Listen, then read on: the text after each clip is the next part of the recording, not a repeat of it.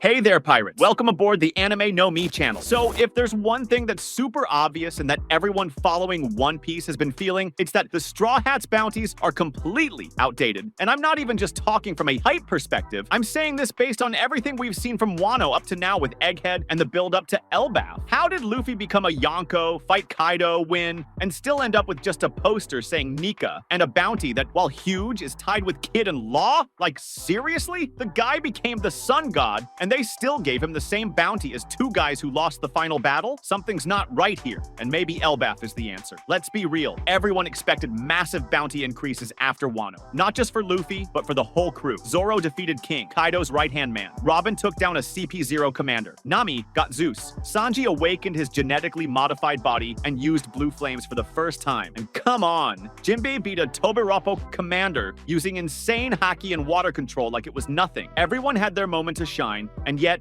at the end of Wano, the bounty increases we got were, well, kind of underwhelming. It feels like only Luffy, Law, and Kid got recognition because they defeated Yonkos, and the rest of the crew got overlooked. Then Egghead happened, and we thought, now it's time. Luffy was on a direct mission to protect Vegapunk. The Marines were fully involved. Kizaru showed up, Saturn appeared, the Seraphim attacked. Robin discovered more about the poneglyphs. Frankie saw technology from the Void Century. Usopp interacted with insane robots and weapons. And Sanji fought S-Shark with crazy power, probably advancing his genetic control even further. Zoro faced off against S-Hawk, who has Mihawk's DNA. Basically, a sneak peek of his future opponent. In other words, everyone played a key role and went up against total chaos, involving Yonkos, an admiral, a celestial dragon, Void Century scientists, and robots likely tied to the original Joy Boy. And after all that, where are the new bounties? Nothing. No updates, no increases. The whole world saw Luffy and the Straw Hats escaping Egghead with Vegapunk on board. And still, silence. I think the world government is holding it back. They're avoiding giving Luffy the recognition he deserves because the more attention he gets, the more people start seeing his symbol, his flag, his smile, and the more dangerous he becomes. Especially now that he's Nika. The world is seeing a new symbol of hope, and that's way too dangerous. But why would Elbaf be the turning point? First, because Elbaf has been a neutral territory up until now, but not for long. Shanks has already shown up there. The giants are gathering, Brogy and Dory are back in full force, and now that Imu's army has started trying to take control of Elbaf with those nightmare-inducing demon transformations, it's become a global hotspot. Luffy going there means he's going to fight for the people of Elbaf. It means he's stepping right into the middle of a crisis that's being manipulated by far greater forces. And if he's seen fighting for the giants, taking down beings connected to Imu or the world government, then there will be consequences.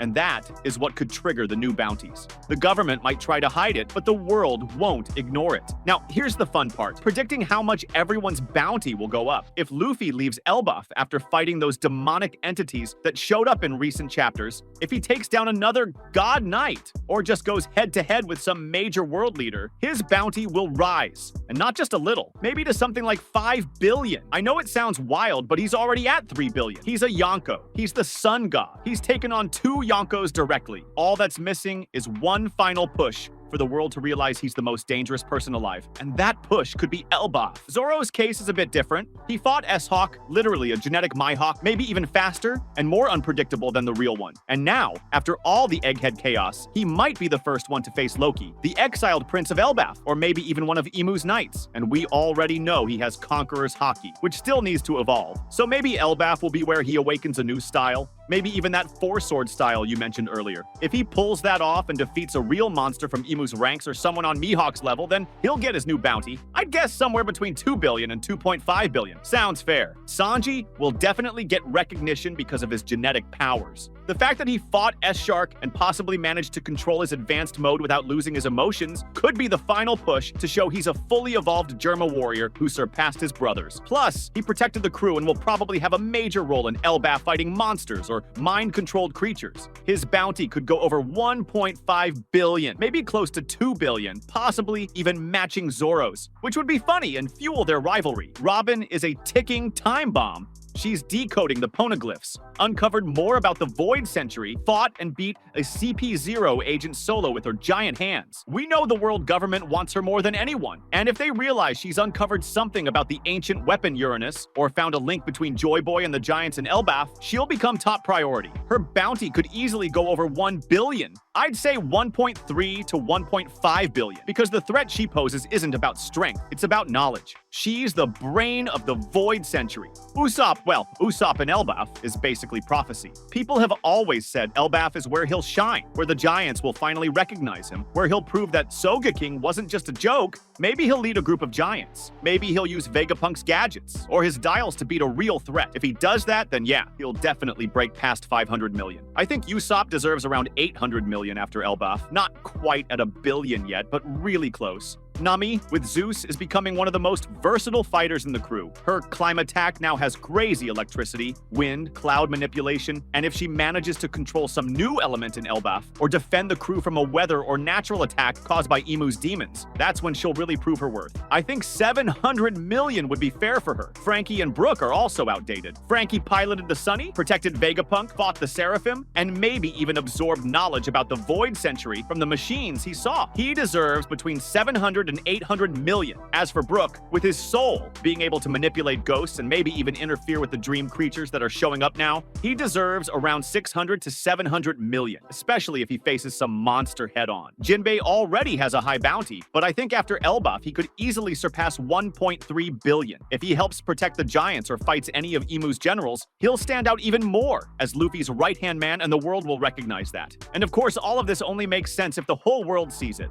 Since Morgans is already following everything, I think he'll release a new edition of the newspaper after Elbaf, saying something like, "The new era has truly arrived," or "The new king approaches." And then he'll show the updated bounties with epic photos, maybe even painted like living legends. That's when the Straw Hats will reach mythic status, not just as pirates, but as figures in the world's history. Their bounties will finally reflect the real impact they're making. And when that new paper drops, featuring Luffy as the true symbol of freedom and the Straw Hats as heroes of a war, the entire world is starting to understand. There'll be no way for the government to hide anything anymore. That moment will be when bounties stop being just numbers and start representing the historical weight of these characters. Because the truth is, One Piece isn't just about who's the strongest, it's about influence, it's about legacy. And now, with Elbaf at the center of the board, with Joy Boy, Nika, the Void Century, the Knights of Imu, and the very fate of the world at stake, the Straw Hats are ready to become more than wanted pirates. They're about to become legends. And maybe, just maybe, that's exactly what Roger saw at Laugh Tale.